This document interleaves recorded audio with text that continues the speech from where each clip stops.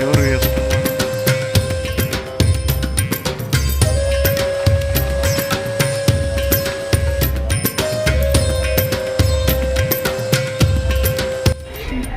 லேபாட்சி இது ஒரு வித்தியாசமான ஒரு இடம். ஆந்திராவில் இருக்கக்கூடிய அனந்தபுரம் டிஸ்ட்ரிக்டில் இருக்குது. ஸோ இது வந்துட்டு பிரதானமான ராமாயண கதாபாத்திரம் உள்ளடங்கிய சில சம்பவங்கள், முக்கியமான சம்பவங்கள் என்னென்னு பார்த்தீங்கன்னா, ராவணன் வந்துட்டு சீதையை கடத்தி கொண்டு போகிறப்போ பின்னாடியே கருடன் ஜட்டாயு வந்துட்டு தேடி போவார். ராவணன்கிட்டே போயிட்டு கெஞ்சுற மாதிரி சீதா தேவியை விட்டுருங்க சொல்லிட்டு போகிறப்போ அதோட கருடனோட ரெக்கையை வந்துட்டு ராவணன் வெட்டிடுவார். ஸோ அந்த ரெக்கை உடைஞ்சி வந்து விழுந்த இடம் தான் இது. ஸோ ஜட்டாயுக்கு பிரதானமான இடம் தான் இது லேபாக்ஷின்னு சொல்லுவாங்க. அது மட்டும் இல்லாமல் சில மர்மங்கள், விழுக முடியாத சில மர்மங்கள்லாம் இந்த கோயிலில் இருக்குது. எக்ஸாம்பிள், இது வந்துட்டு ரொம்ப 1000 வருஷத்துக்கு முன்னாடி கட்டின கோயில். இங்கே வந்துட்டு சில கல்யாண மண்டபம்னு சொல்லுவாங்க. அதாவது லைக் வெட்டிங் ஹால் அந்த காலத்தில் ஸ்டார்ட் பண்ணி சில பல காரணத்துக்காக இன்னும் முடிக்க முடியாமல், ஃபண்டிங் காரணமாக இல்லை படையெடுப்பு காரணமாக நிறைய வித்தியாசமான தகவல்கள் இருக்க போகுது. ஸோ அது ஒன் பை ஒன் அவங்ககிட்ட நான் ரிவீல் பண்ண போகிறேன். It's A wonderful show, miss பண்ணிடுறேன். போகிறோம்.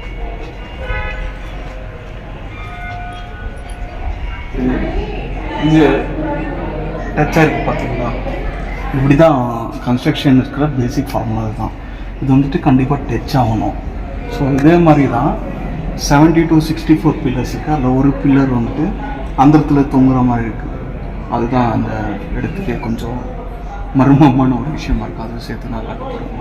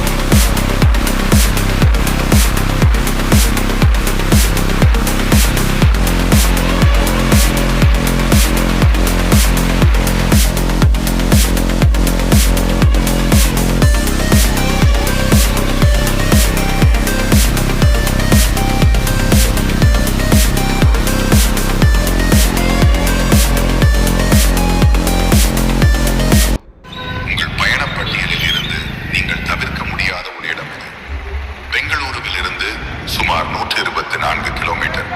சில மணி நேர பயணத்தில் வீரபத்ர கோயில் ஆந்திராவின் அனந்தபூர் மாவட்டத்தில் அமைந்துள்ளது. கிபி 1533 விஜயநகர ஆட்சியாளர்களால் கட்டப்பட்ட இது அதன் அற்புதமான கட்டிடக்கலைக்கு பிரபலமானது. இது உங்களை பிரமிக்க வைக்கும். ஓவியங்கள் மற்றும் சுவரோவியங்களுடன் கூடிய இந்த கோயில் விஜயநகரத்தின் கலைச்சிறப்பிற்கு ஒரு சிறந்த எடுத்துக்காட்டு. வரலாற்றையும் பாரம்பரியத்தையும் விரும்புவோர் கட்டாயம் பார்க்க வேண்டிய இடம்.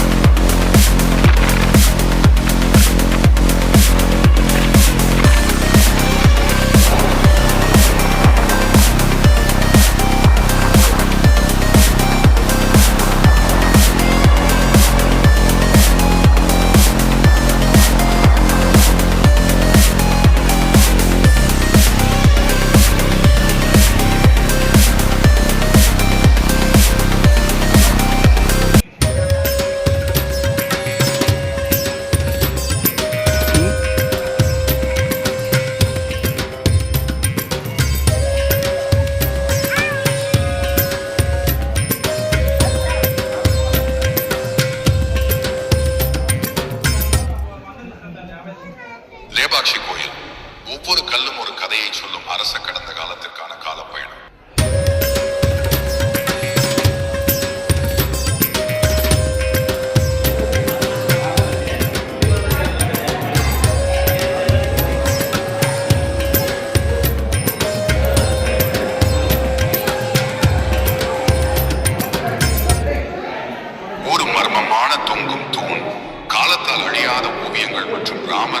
ஜடாயுவின் புராண கதை ஆந்திராவில் உள்ள இந்த கோயில் வளாகம் கட்டாயம் பார்க்க வேண்டிய ஒன்றாகும்.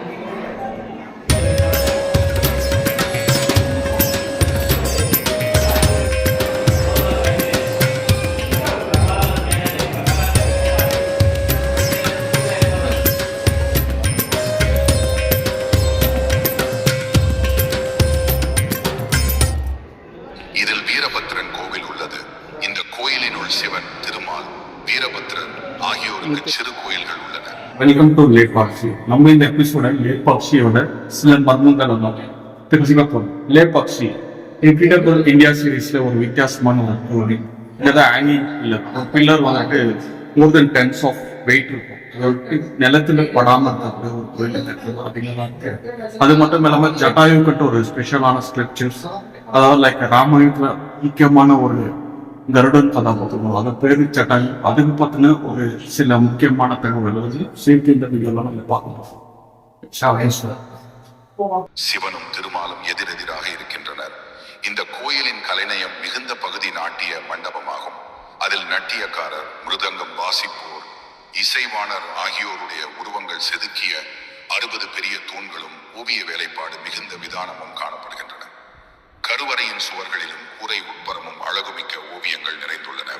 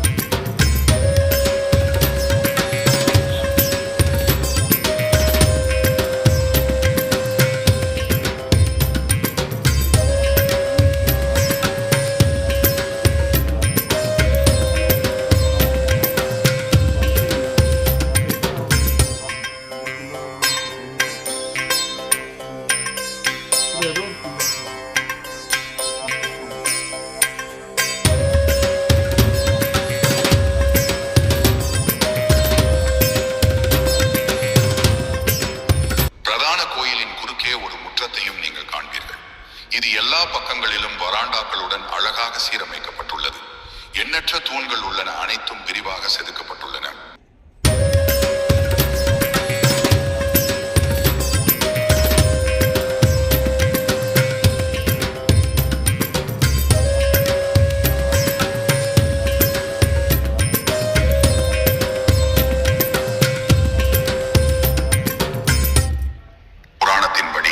விஜயநகர பேரரசின் பொருளாளரான விருபண்ணா மன்னரின் அனுமதியின்றி வீரபத்ரர் சிவனின் நெருப்பு வடிவம் கோயிலை கட்டியதன் மூலம் செய்த குற்றத்திற்கான தண்டனையாக குருடனாக மாற வேண்டியிருந்தது. எனவே அந்த இடத்திற்கு லாபாக்ஷி என்று பெயர் வந்தது, அதாவது பார்வையற்றவர்களின் கிராமம்.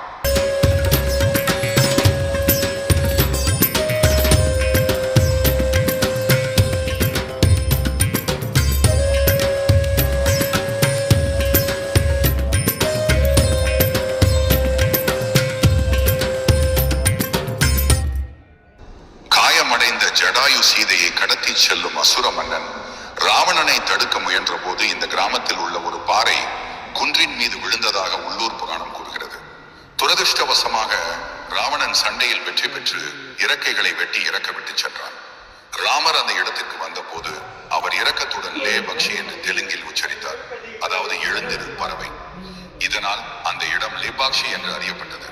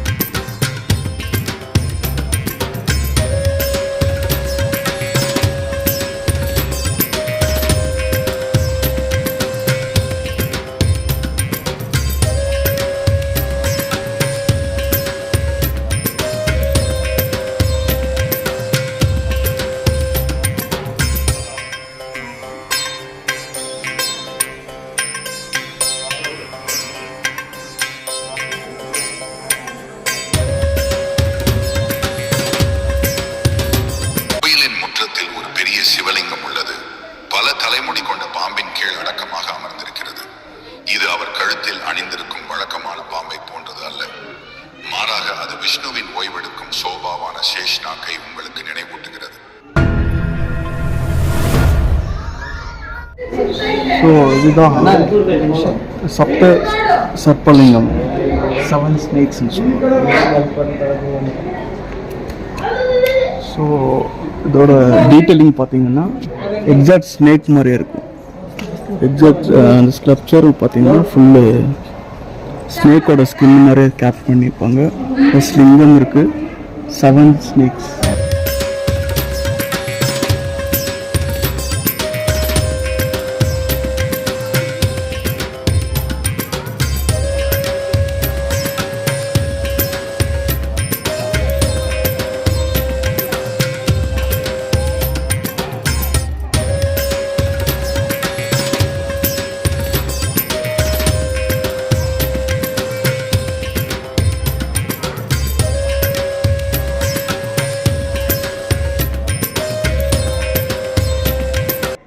சிவலிங்கத்தை கடந்தவுடன் ஒவ்வொரு தூணிலும் அழகிய சிற்ப வேலைப்பாடுகளுடன் கூடிய திறந்த வெளி தூண் அமைப்பை காண்பீர்கள்.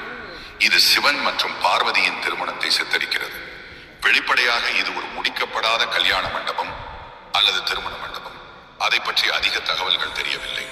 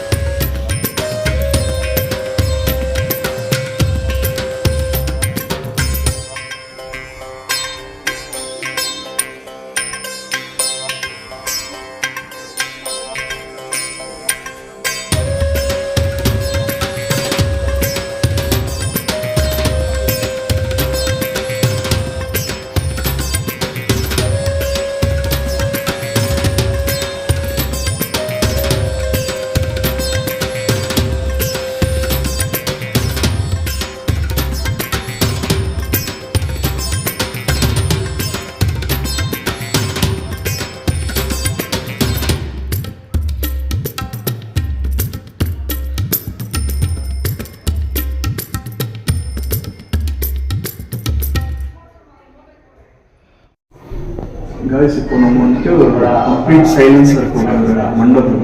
முன்னாடி பார்த்தீங்கன்னா ஒவ்வொருலாம் பாருங்க, பிளாக் மேன், ஒரே ஸ்மெல், அது ஒவ்வொரு ஸ்மெல்லு ஒன்றும் உங்களை ஒரு மாதிரி நறுவறுப்பான ஒரு ஸ்மெல் அடிக்கும்.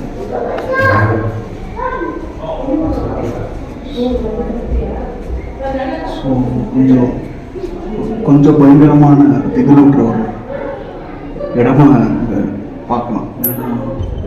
பகல் டைமில் இவ்வளோ பேட்ச் எங்கேயுமே பார்க்க ஆல்மோஸ்ட் 10-20 பேட்ச்னா போயிட்டு இருக்கு.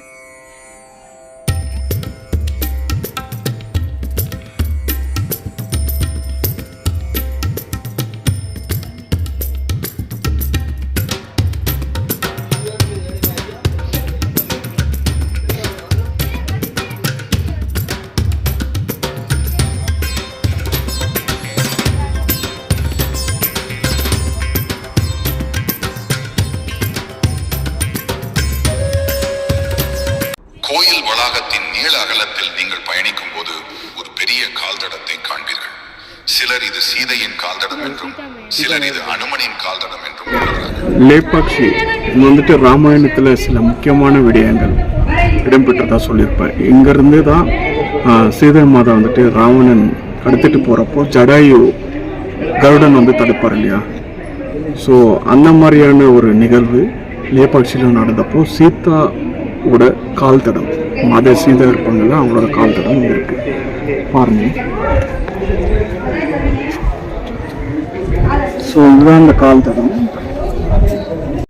சுவாரஸ்யமாக பள்ளத்தாக்கு எப்போதும் தண்ணீரால் நிரம்பி இருக்கும், ஒருபோதும் முழுமையாக வறண்டு போகாது.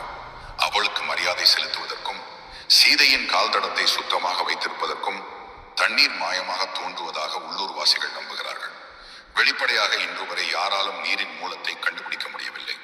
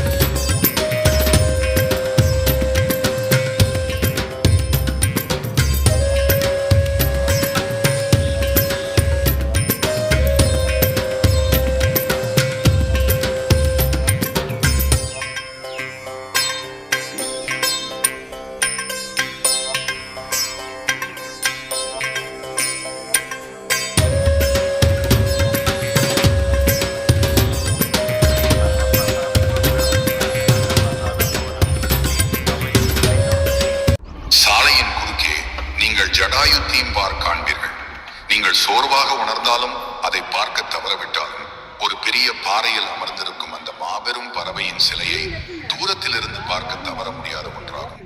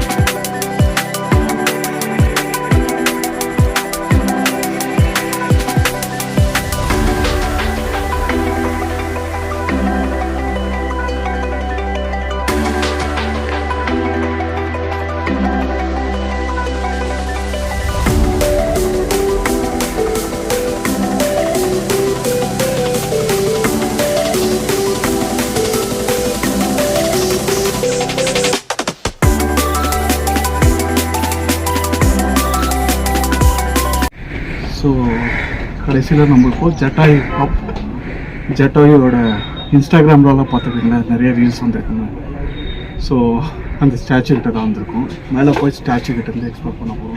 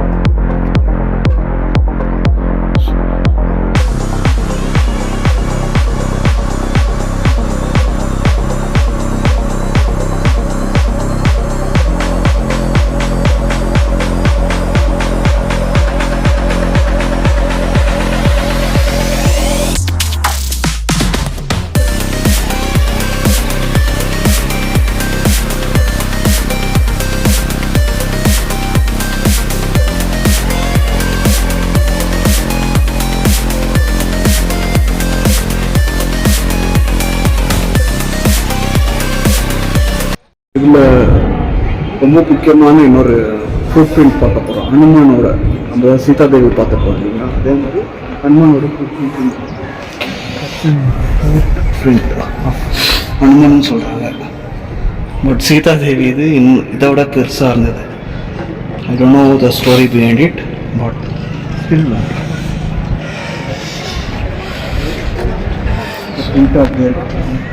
லெபாக்ஷி என்பது இந்துப்பூரில் இருந்து சுமார் 15 கிலோமீட்டர் தொலைவிலும், பெங்களூரு அனந்தபூர் தேசிய நெடுஞ்சாலை 7 உள்ள கோடிகொண்டா சோதனை சாவடியில் இருந்து சுமார் 20 கிலோமீட்டர் தொலைவிலும் உள்ள ஒரு சிறிய கிராமம்.